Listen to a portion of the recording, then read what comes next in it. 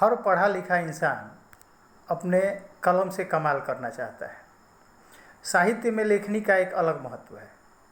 साहित्यकार अपनी विशिष्ट शैली की बदौलत जाने पहचाने जाते हैं।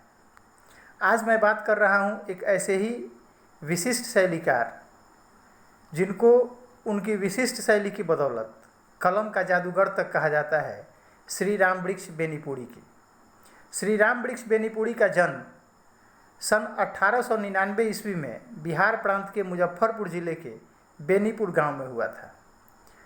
बचपन में ही इनके सर से इनके माता पिता का साया उठ गया, अतः इनका बचपन अभावों में बीता।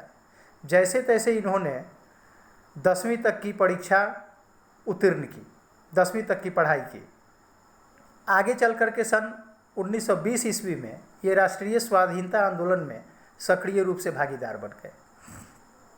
मात्र 15 वर्ष की आयु में ही इनकी रचनाएं प्रतिष्ठित पत्र पत्रिकाओं की शोभा बढ़ाने लगी थी। आगे चल कर के इन्होंने कई सारी पत्रिकाओं का संपादन भी किया, बल्कि सफल संपादन किया, जिनमें किसान मित्र, बालक, युवक, योगी, जनता, जनवाणी इत्यादि प्रमुख हैं।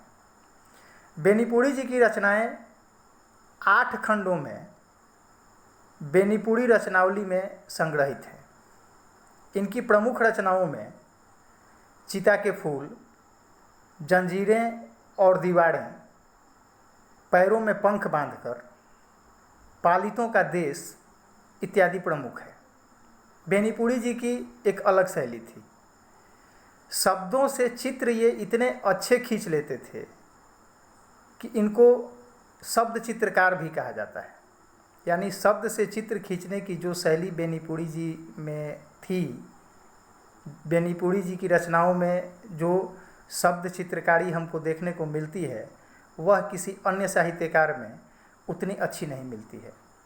ये साहित्यकार साहित्य की ये अलख ज्योति सन 1968 ईस्वी में हमसे विदा हो गई थी। आपकी पाठ्य पुस्तक क्षितिज के गद्य खंड में इनकी एक रचना शामिल है, जिसका नाम है बाल गोविंद भगत। बाल गोविंद भगत पाठ की चर्चा हम अपने अगले विजुअल में करेंगे। संक्षेप में बाल गोविंद भगत पाठ जो है, उसमें एक ऐसे संत की चर्चा की गई है जो गृहस्थ भी है, एक ऐसे गृहस्थ की चर्चा की गई है जो संत भी है। बाल गोविंद भगत के संबंध में इन्होंने कहा है कि बाल गोविंद भगत गृहस्थ होकर भी सन्यासी थे और सन्यासी होकर भी गृहस्थ थे। एक ऐसा चरित्र जो बिरले देखने को मिलता है,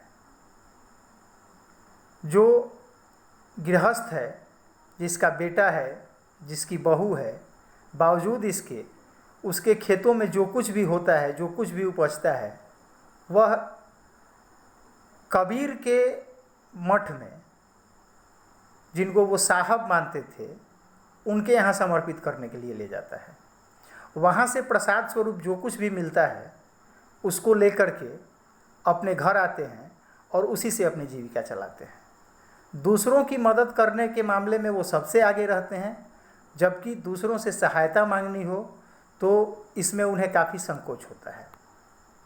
एक ऐसा व्यक्तित्व जो कम कपड़े पहनता है, एक ऐसा व्यक्तित्व जो हमेशा लोगों की मदद करता है, एक ऐसा व्यक्तित्व जो ये सोचता है कि सन्यासी को संबल मांगने का अधिकार नहीं है और गृहस्थ को भिक्षा मांगने का अधिकार नहीं है।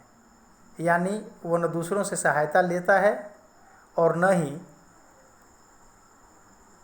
किसी के आगे सहायता के लिए हाथ फैलाता है, बल्कि हमेशा दूसरों की सहायता करने के लिए तत्पर रहता है।